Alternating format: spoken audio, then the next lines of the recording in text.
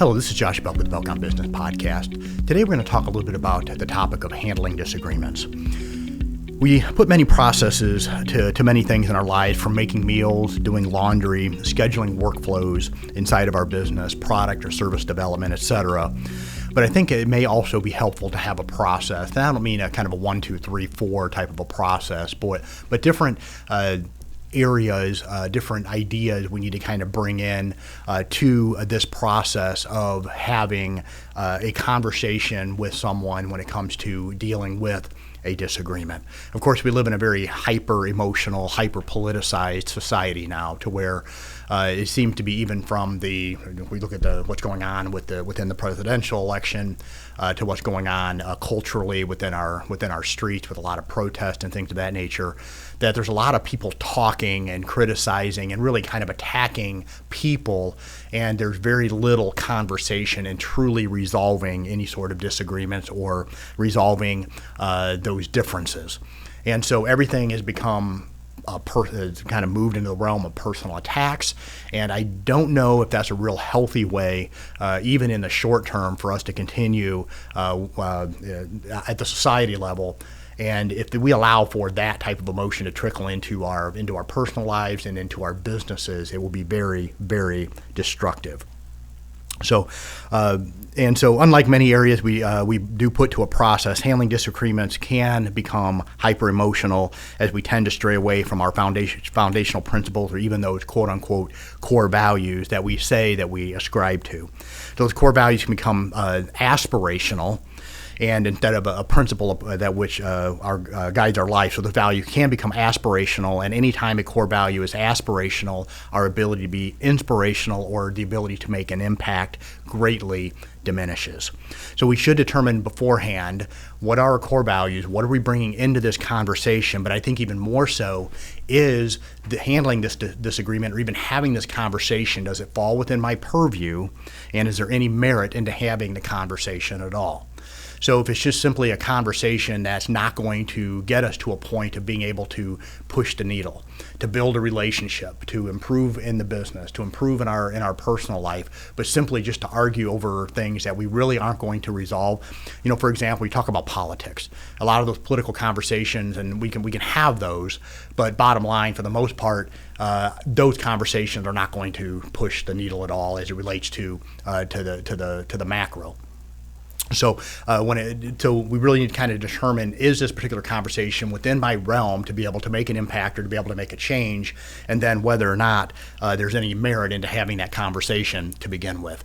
There are some people that you're simply not going to, there's really no merit into, and I don't even know if it's healthy necessarily to always want to try to change someone's mind, but at least to have that conversation to where they're bringing awareness to the way that you are looking at a situation, and in the alternative, them bringing awareness to you as to the way they look at the situation, and a willingness to come to some sort of a middle ground, or simply to try to pull that person into seeing things the way that you see them, provided that that is truly the direction that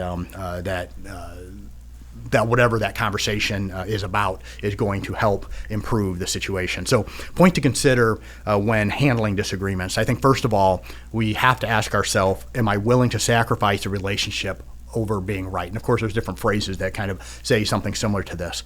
But what is more important? What is going to take the preeminence? Is it the relationship, or is it going to be my ego? So I have to determine, am I going to have this conversation trying to build a relationship, trying to improve something, even improving myself, and trying to improve the other person, trying to make an impact for the better good? Or is it simply, I'm just going to stick with the way that I see things, and I'm going to tell you what's right, even though it may not be right. I'm going to tell you what I think is right, and I'm going to end up sacrificing the relationship. When I come into a conversation insisting that I'm right and shoving that particular idea down someone's throat, you're going to destroy the relationship almost every single time. And so first of all, we should ask ourselves that particular question: what is more important? Is the relationship more important? Is my ability to make an impact more important? Is my ability to truly make a change more important? Or is just simply, I just want to be right. And even think about, relationships that may be with a spouse or with a child, whatever the case may be. And we know that we're right, and we want to stand on that. We want to stand on the ground that we are right. And then we kind of get through it. And guess what? We were right. But then we look at the situation and realize that we completely destroyed the relationship. So secondly, allow for space of grace for both you and the person. This is a phrase that my pastor has heard him use many, many times, is talking about giving a space of grace. And I love that particular line. And what that does, it allows for you to kind of take a step back and kind of process what truly is going on. So take time to develop a proper response if a response is needed at all. So you're kind of going through, and this situation comes to the forefront. You kind of determine, okay, well, is this something at least worthwhile of considering? And so especially when things start to get heated a little bit, take a step back. So you know what, I think maybe we should take a little bit of time, kind of think about this, and maybe we come back together at a later point and pick this back up. To allow both for the emotions to settle down if you're kind of in that hyper emotional state. Same thing for the other person. And then also to take that time to process and consider, is the way that I am looking at the situation, is it truly the best way that a situation should be looked at? And then in the alternative, to kind of try to understand where they're coming from, and allowing for that space for everyone to kind of just calm down a little bit and to process. And so that way you are taking time to respond and not reacting out of emotion. So it's kind of that old, am I responding or am I reacting? Reacting generally is emotional. It happens right away. There are times when reacting is absolutely important. If I'm going through and I'm protecting a family member or a friend and from a position of danger, those are times I need to react. Okay, I need to take the situation, I need to analyze, I need to react. But most of the time when it comes to disagreements, I need to take time to respond. Third, try to understand more deeply the situation and see the issue from the other person's point of view. This is going to require us to be good listeners, and I'm going to talk about that a little bit more here in a second. But try to understand the way that the other person is looking at a situation. And of course, we all have our very strong opinions on situations, and they're based on facts many times, the way they've been presented to us, and sometimes we aren't even always sure if those facts are truly facts or if they're simply just spins on facts and the way that's being spoon-fed to us. But try to understand more deeply the situation from the way that they see it, and this is going to require a great deal of good listening and listening with a purpose. And that's not listening to find a point to react or even to how am I going to respond to this, but taking the time to listen to try to truly understand where they're coming from and if there truly is any merit to what they have to say. So find the merits in their point of view, and be humble enough to admit when you're wrong or lack the knowledge or understanding on the issue or their point of view. I'm sure this has happened many times to us, to where we hear something, we immediately disagree with it, and we want to speak our mind, only to learn later on that we were wrong.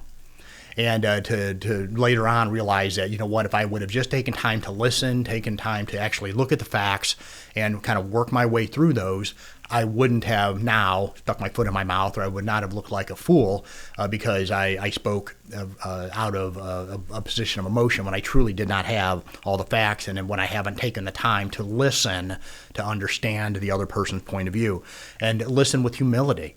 And I think that's extremely important, and I'll end the podcast on that as well, talking about humility.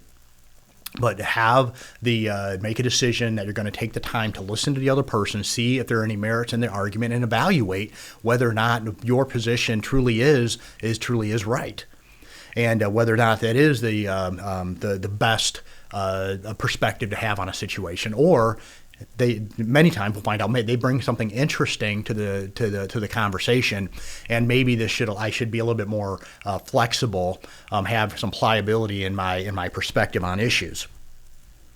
So find the merits in their point of view and be humble enough to admit when you're wrong or lack the knowledge or understanding on the issue to their point of view. And many times it isn't a right or wrong issue. It's just a matter of I'm just not understanding or don't have the knowledge to be able to understand where they're coming from or on the topic at hand.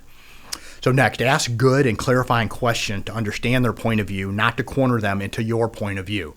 So don't be coming into, these gotcha questions, but come in to ask questions really from a point of curiosity, because so it's better off to ask questions from a position of curiosity and of clarity, instead of trying to ask trick questions and to manipulate that person into seeing things the way that you see them. So after that, try to restate their point of view in a manner that you both understand, and ask if the restatement is accurate. So when you hear what they're having to say, to go back to them, am I understanding this correctly? And then kind of restate it. And then they'll let you know whether or not that restatement is kind of trying to understand or is an accurate depiction of their point of view. Next, number 6, be aware of phrasing or using a tone that would make your opinion come across as fact. And so use facts liberally and opinions scarcely. And so really kind of lead with facts in a situation. And facts can be a tricky thing. If I go through and I turn on, if I'm talking politics, and I think it's kind of a good baseline maybe to kind of understand some of this. If I'm listening to a very to a left-leaning point of view, and I listen to a very right-leaning point of view, they're going to say that they have the facts. They can take the same exact situation and provide me a two completely different set of facts. Now, if I am not paying attention, I'm just simply going to buy into the facts to the point of view that I think I'm most closely aligned with. But guess what? Most of the time, neither one of those factual presentations are truly the facts. Usually they are the facts, usually manipulated with somebody's opinion or somebody's point of view that more closely aligns with maybe our more natural tendencies to look at a situation, and we completely buy into it. Okay, and so be very careful to making sure that we are truly getting enough information to where we have the facts in the best way that they truly happened, and not the kind of this manipulation of facts based on someone else's opinion. And also, we need to be very aware of our tone. And so if coming across and basically stating, these are the facts that from the way that I understand them, and then present it that way. So it's not coming across as your opinion, but it's coming across from the facts the way that you see them. And then, so next, number 7, always be kind even when being firm. And so use of personal attacks or using condescending language generally comes from a place of either arrogance, insecurity, or lack of self-awareness. And so I grew up in an environment to where there was a lot of condescension, and that's the way, really kind of the way that I lean.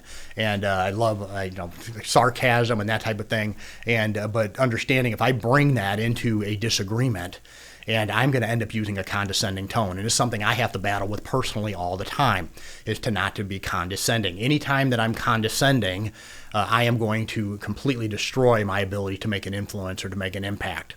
I'm not going to be able to build that relationship, because when I'm condescending, I'm attacking the person instead of, and I don't think many times, I'll use this phrase, but attacking a policy. So I want to address the policy. I want to direct the procedure. I want to address the process. I don't want to be attacking the person. And so and that's going to come from a position of really wanting to lead with kindness and compassion, with empathy, to try to understand the other person's point of view. And if I'm doing that, it's going to put off to the side my own arrogance, and I'm not going to speak with a condescending tone. And then sometimes I can be very, very firm when I truly am not as knowledgeable as I should be in a particular situation as well. So we need to evaluate that any time that you're dealing with disagreements. Am I being arrogant? Do I truly have all the facts? Am I operating from maybe some prejudices even? So I need to constantly be evaluating this when I'm dealing with disagreements, understanding that maybe I have my own insecurities and I'm projecting from that place.